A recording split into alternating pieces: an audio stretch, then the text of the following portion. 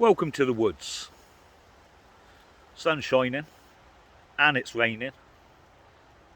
4 seasons in one morning, which is about normal these days.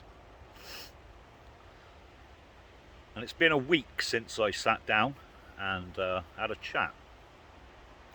And as I'm figuring out, those weeks are pretty full of insanity. But I did say last time that I'd had some good news for you, and I have. In fact, there's 2 or 3 bits of good news, and I'll hang on to those until the end of this video, until about halfway through, because I do need to touch on the government's response to the protests and incidents that happened. If you haven't seen the last video, this is kind of a continuation, so maybe go back and just give that one a watch. Anyway, this week has seen our new government well and truly sign us up as the enemy, to sign the British people up as the enemy. And what's been worrying as I've looked at the arrests, of which there's been over 1,000, and the rapid way that they have been convicted and jailed in a matter of days sometimes, is the underlying message, which I am absolutely sure will become firmer and will become the governing direction. The underlying narrative, which is, if you disagree with the government and you voice that opinion of disagreement, you will be jailed. They started this drip feeding of the words disinformation and misinformation 4 years ago. And they've started to put this into legislation and into law, that misinformation and disinformation will be a criminal act. And we're seeing that at the moment. That if you put something online and it's the wrong information, if it's disinformation or misinformation, I'm never sure exactly what the difference is, then you can be arrested and jailed. Now, the worrying thing here is that actually what they're saying at the bottom of this is that we are the government, we tell you what the truth is. If you say anything different than that, that will be misinformation and you will be arrested and imprisoned. Let that sink in. That they are the arbiters of truth, and if you don't agree with them, you will be arrested and imprisoned. That is what is the bottom line of all of these arrests. Yes, there's the normal, let's scare the pants out of people, but that's not really working. What they're achieving with these arrests and imprisonments is making people angry. You can bet your bottom dollar that the people being banged up for a meme on Facebook are not going to be happy. Their families aren't going to be happy. Their friends aren't going to be happy. The people they know are not going to be happy.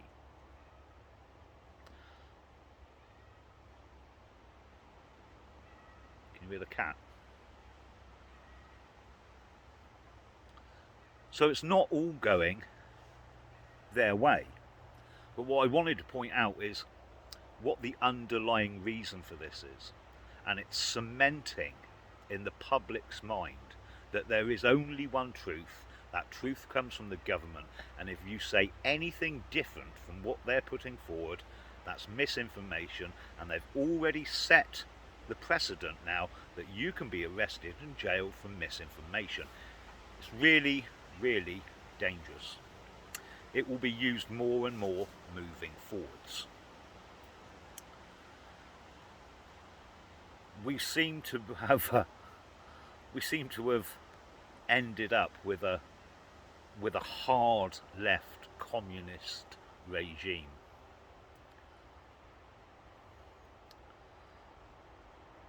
And it's moved quick, really quick. But it's moved, I'll just put the cup down. It seems to have moved too fast. It's clamping down in so many different areas that it is not dotting the I's, it's not crossing the T's, and it's losing cases. And that's a good thing. 3 police officers just won a case, a tribunal, an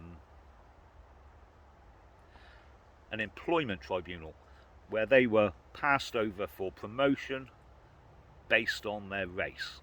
3 white police officers who weren't put forward to the job, and it was given to an Asian chap.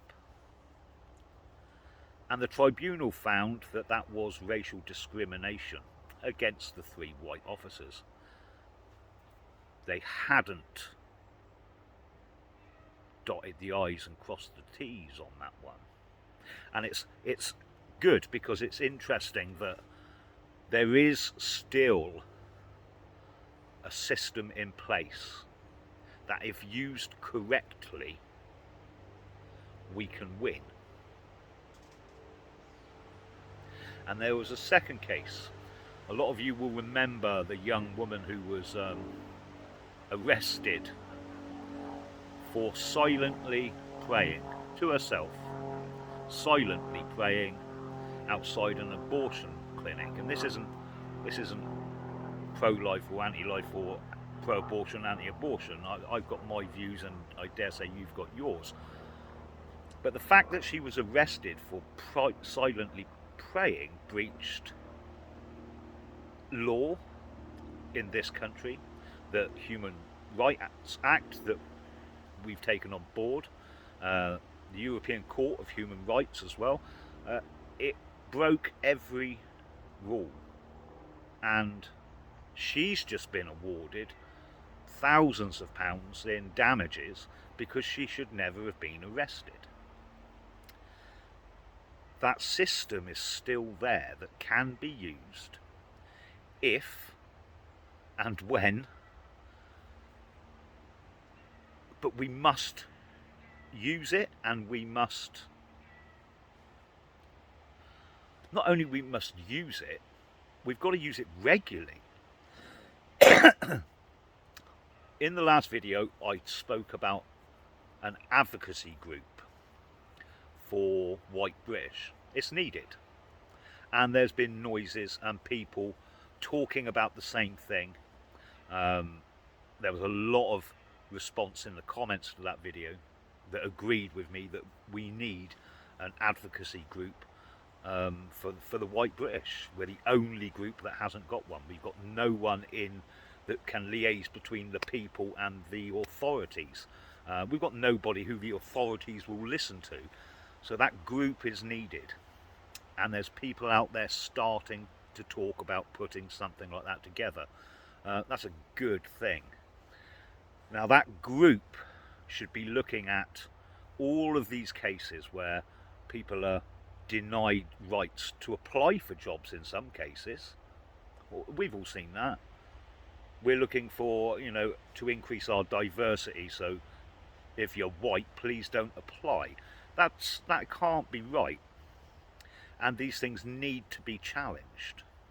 And they need to be challenged regularly. And they need to be challenged through the courts. And we need an organisation that can help us do that. And many times they will arrest you for something, and they'll convict you for something that doesn't really add up. The woman silently praying.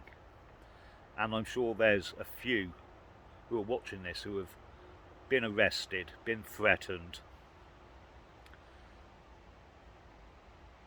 and usually it's for nothing at all.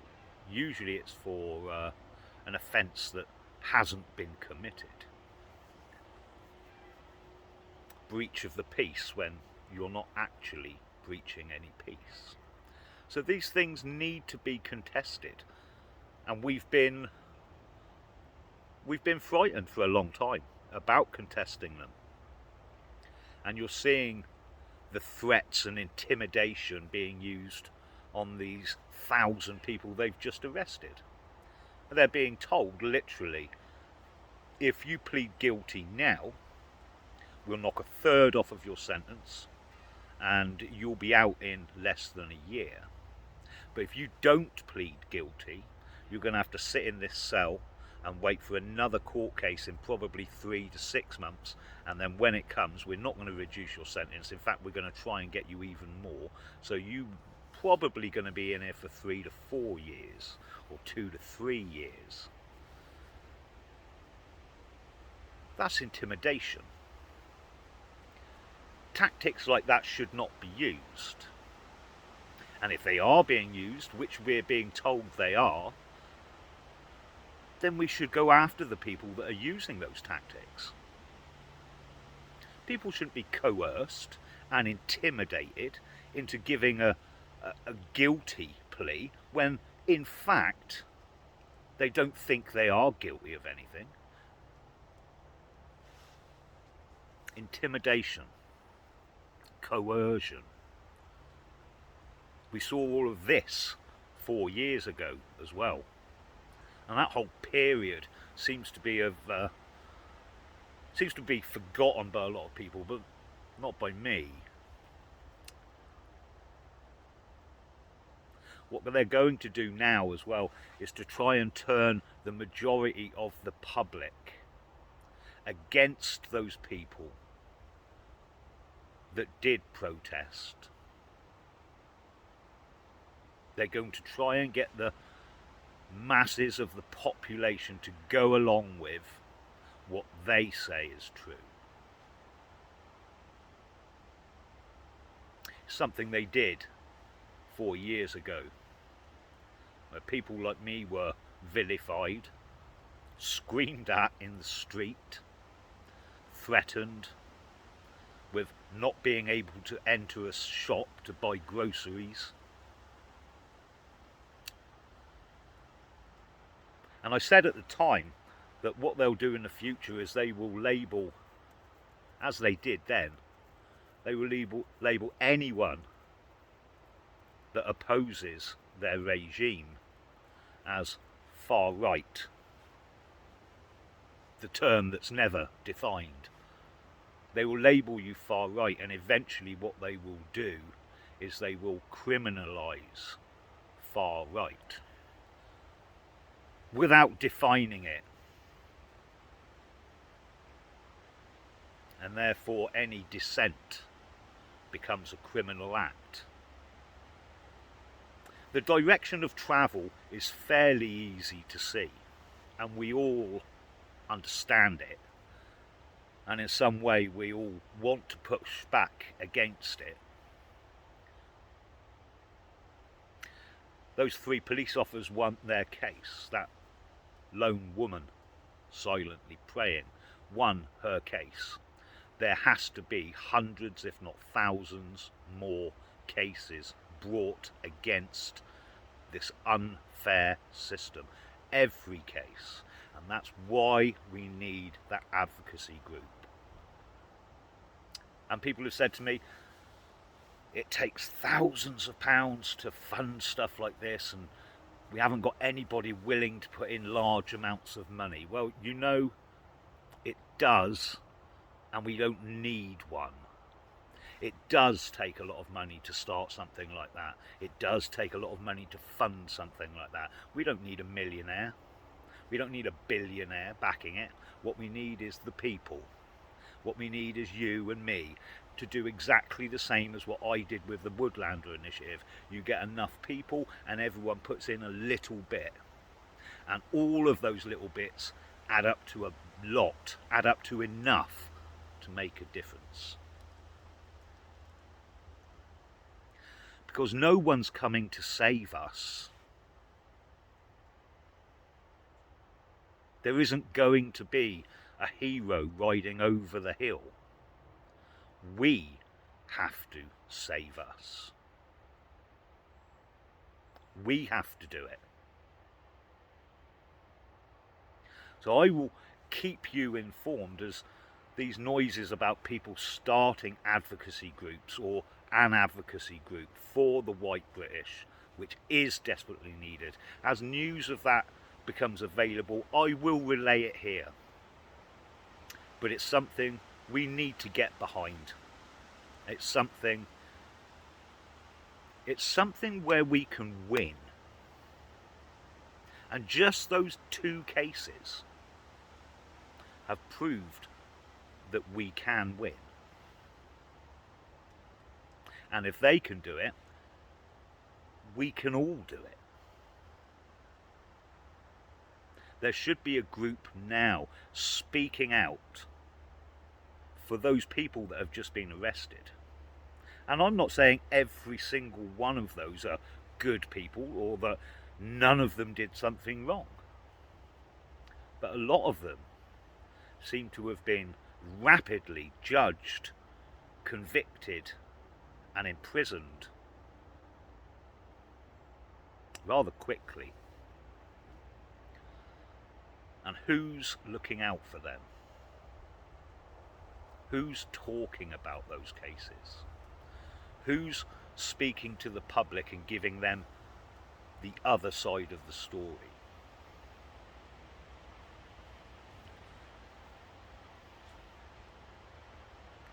So yes, we can win. Yes, we need a group, but it looks like that's starting. So that's good news. And the good news I wanted to tell you about was a year ago I started the Woodlander initiative and everyone was very excited. And we had a few issues with like the website and people joining and whatever, but we managed to get through that, which was good. We were then inundated with quite a few people who really just wanted to shut the whole thing down, and we managed to weed those out, get things back on track. I then had to overcome a lot of hesitancy from people that looked at it and said, yeah, that sounds really good, but is it for real? Is this just a scam? So we got through that. We bought our first plot of land, we bought our second plot of land, we viewed the third plot and have put an offer in. I spoke to the solicitor this morning. That offer should be going through to, they've had to change the deadline on when the offers can come in, mainly because some of the information wasn't in the sales pack. They've had to add that, whatever. Next couple of weeks we'll find out if we've got the third plot. Hundreds of members joined the Woodlander initiative. Some put in £1,000, some put in £10. Some people put in £5 a week, some people put in £20, £30 a month. It's never been one of those things where we've been hard and fast on whoever puts in the most gets the most. It's not that. It's about community. It's about all of us working together. It's about us going forward into a direction where we own the land, where we are in control of who enters it, where we can use it for what we want to. We had a good group turn up a couple of months back. It was a great weekend, and end of this month we'll be back down there. I went through some of the correspondence the other day, and I made a note of just a few things people have put down, because to me, I wanted to buy this land for us to use. But the back of my mind was a nagging doubt that we'd buy it and there it would sit and no one would use it. You know, everyone thought it was a good idea, but actually you've got to get off your arse, get in a car and drive down to this piece of land. Would people use it? Since we bought it, there has not been a week where we haven't had members on that land. And that's really, really encouraging. We've got people planning where to put an orchard. People planning where to put polytunnels and raised beds. We've had discussions with local farmers about mowing the meadow and using the meadow grass. We've had discussions with another farmer about his sheep grazing the meadow for us. We had an interesting chat with a beef farmer about maybe allowing his cows part of the area and payment with a cow.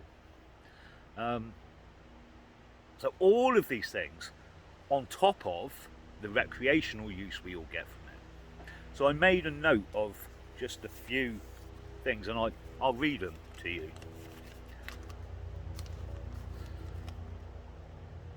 I just spent a couple of days at the meadow, a fantastic location, and I really enjoyed my stay. That's nice. I just wanted to say thank you. I took the family for a day out at the land in Wales. My eldest boy couldn't believe it when I said we were part of the group that owned the whole land. Yeah, that's a good thing. That's a great feeling. To be part of the community that owns that land.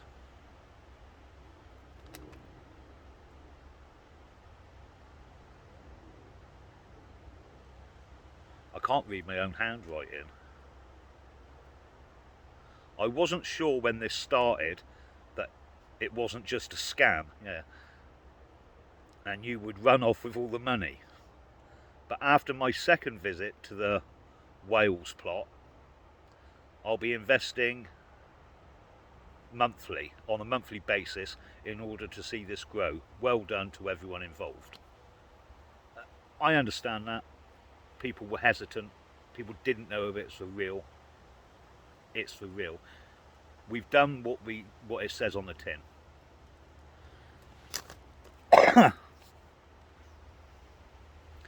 A brilliant weekend spent with positive people. Our first plot of land is beautiful. I can't wait to get back. Spot on, Simon. I've just spent 3 days camping, some of the best views and best walks I've had in a long time. I won't say that, on the last day when I was leaving, we shared a cup of coffee and a chat, and both agreed that we are looking forward to seeing this organisation grow. Congratulations. Well, the congratulations aren't for me. I just had an idea. The reason this worked, and the reason it will continue to work, and the reason isn't the idea, it's the community. It's you and me, and it's all the people that joined.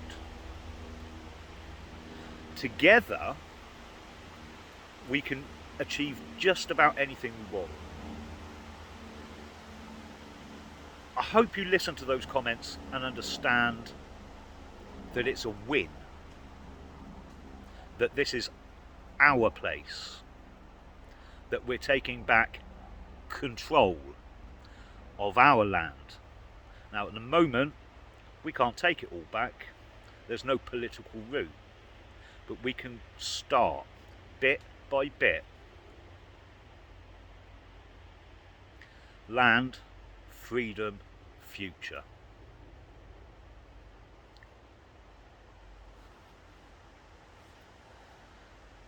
I'll speak to you next week, you lot. Chin up. There are ways we win. As many routes as they block off, we'll find another one. Look after yourself.